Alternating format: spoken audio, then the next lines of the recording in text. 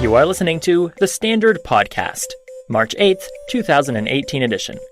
This week's headlines include: Councillor Don Kett speaks about press release seen as misleading by Mayor. Township floods residents with useful information on the Brock Street Culvert project. Take the Fire Master Plan survey. And in sports, MoJacks ready for battle against Lakefield in Cougar Cup final. Councillor Don Kett speaks about press release seen as misleading by Mayor. Dan Kearns, Scugog.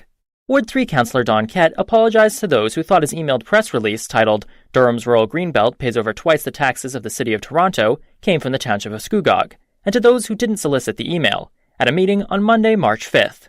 In late February, Councillor Kett sent out a press release, which focused on the difference between property taxes in Durham Region's Greenbelt areas and those in the City of Toronto. The opening of the press release read, "Scugog Councillor and CRCA Director Don Kett announced today that he is launching a new campaign, Tax My Greenbelt Property Fairly, to help Durham Greenbelt property owners fight for fair property taxes. An online survey for property owners in Durham Region is available at an Equitable Greenbelt link below." However, shortly after it was released, Mayor Tom Rowett asked that Councillor Kett retract the email and apologize to those who received it.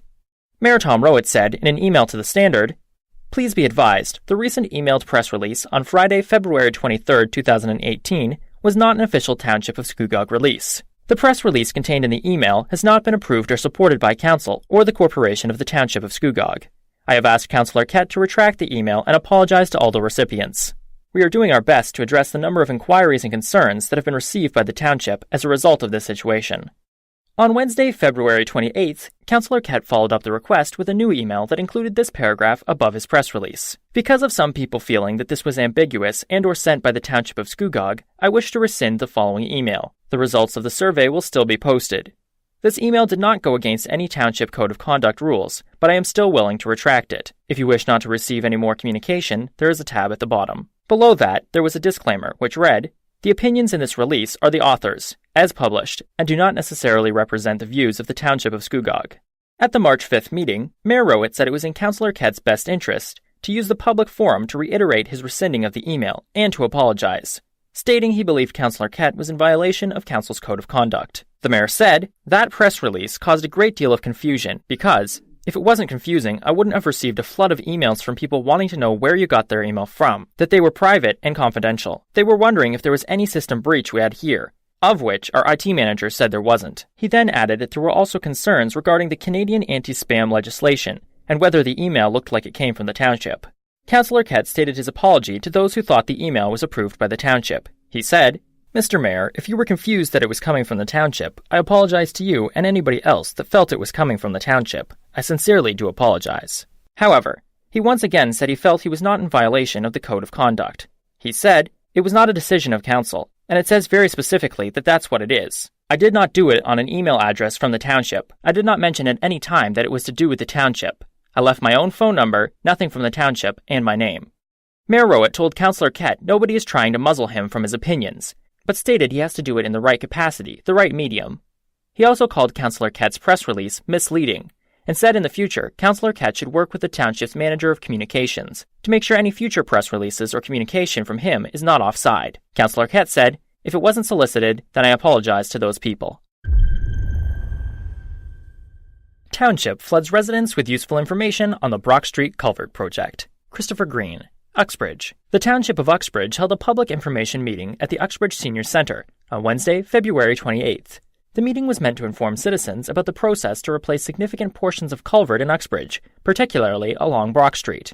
According to the Township's Director of Public Works, Ben Kester, the 200-metre culvert is being replaced due to deterioration. Parts of the current culvert were built in the 1970s, and there are parts of it which were built over 100 years ago. Another reason for the construction project is to help reduce flooding. Culvert capacity is based upon the regional storm, that is, the possible flood levels that could be reasonably anticipated for this area. Unless these measures are taken, and a flood the size of the regional storm occurs, much of the lower level of Brock Street would be underwater. Construction is expected to begin in July, running for a year. The streets affected will be Brock Street and Centennial Drive, but they will not be closed at the same time. Detour routes are being worked on. Extra parking has been finalized at the old fire hall, and more areas are being looked at. The streets will remain open to pedestrian traffic throughout the whole process. The Business Improvement Association, BIA, is brainstorming ways to encourage customer engagement with local businesses during this time. Elaine Lee, business facilitator for the BIA, said, "One of the concerns is keeping the public engaged, keeping people shopping. It could happen two ways. The road will be closed at some point, so it could bring more foot traffic. Or it could have the opposite effect. The businesses have to come up with their plans, but we will work with them to see if we can come up with events or ideas that will keep people engaged. My strongest feeling is for local residents to encourage shopping local." Two organizations directly affected by this construction will be Uxbridge Shoe Repair as well as the Uxbridge Youth Centre. Their building will be demolished. The Uxbridge Youth Centre will be sharing a space in the Uxbridge Senior Centre before construction begins. The project has had a rapid progression, and the Township feels it is important to keep residents apprised of these developments.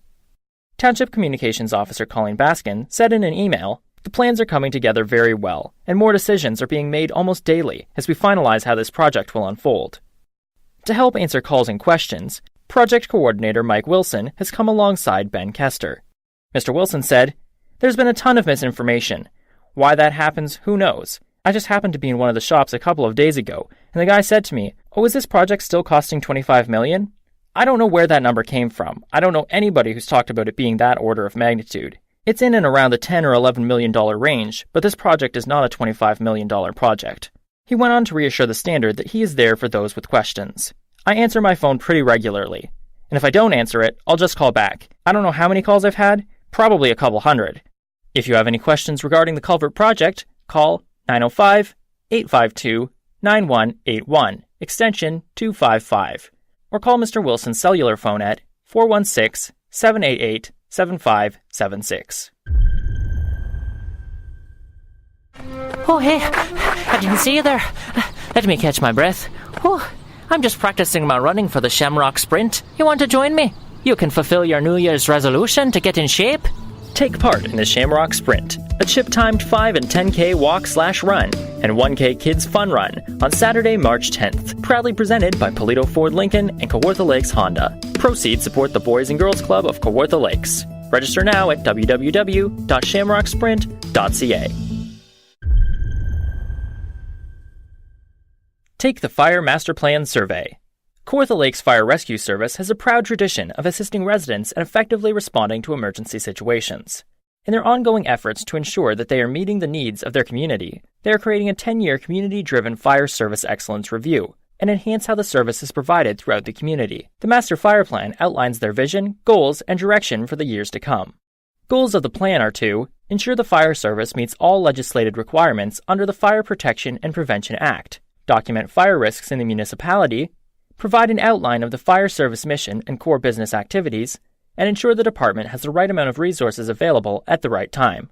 Master Fire Plan benefits the municipality by allowing them to plan ahead to continue to fire services, give council the tools they need to understand how the city's fire service compares with the industry standard, help council understand and plan for risks that exist in the city, provide an appropriate level of service that is efficient and cost-effective, and reduce insurance costs for homeowners, businesses, and the city by improving the fire protection grading. To accomplish this, they have engaged Emergency Management and Training Inc., EMT, to assist them with this initiative. EMT is a consulting firm that has worked with many fire departments in developing their fire master plans, station assessments, and fire service reviews across Canada. Therefore, most of all, they need your help, so please take the time to complete the survey. Your confidential responses will help to ensure focused action that continues to meet the diverse needs of all residents. The survey will be available until March 26, 2018. To complete the survey, go to www.surveymonkey.com/r/ZDXDRKV. Technical foul.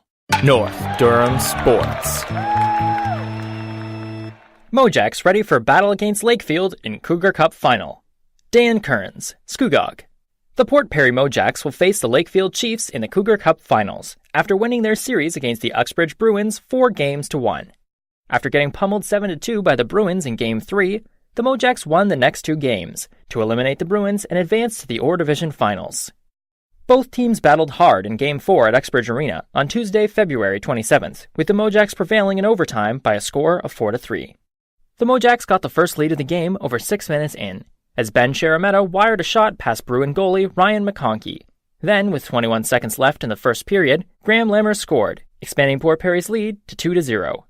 But almost 3 minutes into the second period, the Bruins lit the lamp, cutting Port Perry's lead in half. The MoJacks got the 2-goal lead back, though. 8.5 minutes in, Josh Dixon put the puck in the back of the net, giving the MoJacks a 3-1 lead. The Bruins later scored, and the period ended with Port Perry on top 3-2. 2.5 minutes into the third period, after Matt Doucette took a high-sticking penalty, the Bruins scored a power play goal, knotting the game 3-3. Both goalies were solid late in the period, and the game was decided in overtime. Almost 13 minutes into the 20-minute overtime session, Mitch Gustafsson scored the winning goal, as Port Perry won the game 4-3. After the game, both head coaches, Tom Boyle of Port Perry and Rob Acton of Uxbridge, received 2-game suspensions.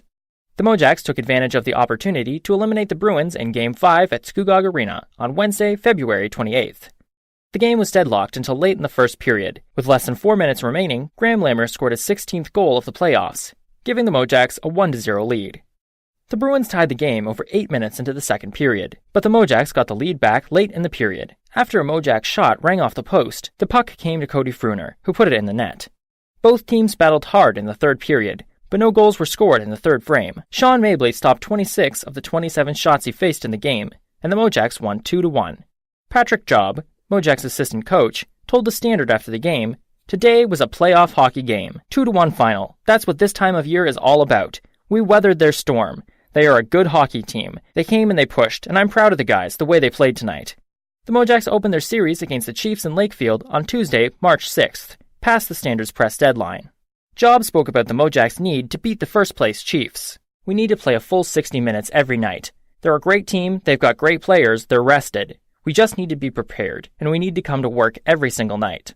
Game 2 will be held on Wednesday, March 7th at Scugog Arena at 7:25 p.m. Game 3 will take place on Friday, March 9th at 7:25 p.m. in Lakefield. The series will return to Scugog Arena for Game 4 on Sunday, March 11th at 2:25 p.m. If necessary, Game 5 is scheduled for Tuesday, March 13th in Lakefield. Puck drop for that game is 7:25 p.m. Game 6 is scheduled for Friday, March 16th at Scugog Arena. And if still necessary, Game 7 will be held on Saturday, March 17th. For more local news, visit www.thestandardnewspaper.ca. The Standard podcast was produced by Greenstream Studio. Visit www.greenstreamstudio.ca for all your multimedia production needs. Do you have audio production needs? Greenstream Studio is here for you. But don't just take our word for it. Let's listen to this testimonial. My name is Grandpa Choco, and I am the creator of the Radio Adventures of Dr. Floyd and the Saturday Morning Media brand of podcasts. As someone who has been editing podcasts since 2004, I am completely impressed with Christopher Green's work.